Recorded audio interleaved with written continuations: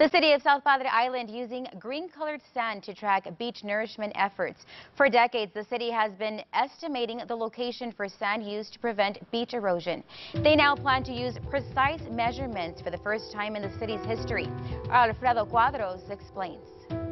They're calling it a particle tracing study. In short, the city of South Padre Island and various partners adding a green-colored sand about a mile away from shore and following the path it takes, where it could help beach nourishment efforts, which in turn can help preserve areas along the beach. We know what should happen to that sand based on the textbook explanations and the models.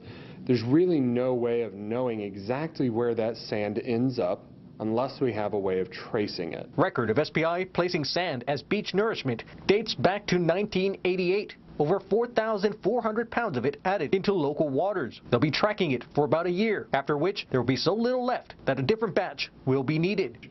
The only difference is it's dyed with a fluorescent color as well as covered in some iron, which allows for it to be both glow in the dark under a black light and magnetic.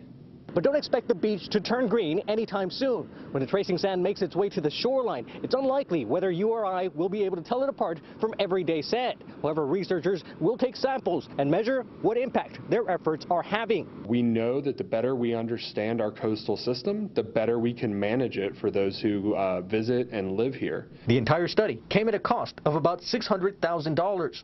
For SPI taxpayers, that total was about 40%. The rest funded by partners involved in the research.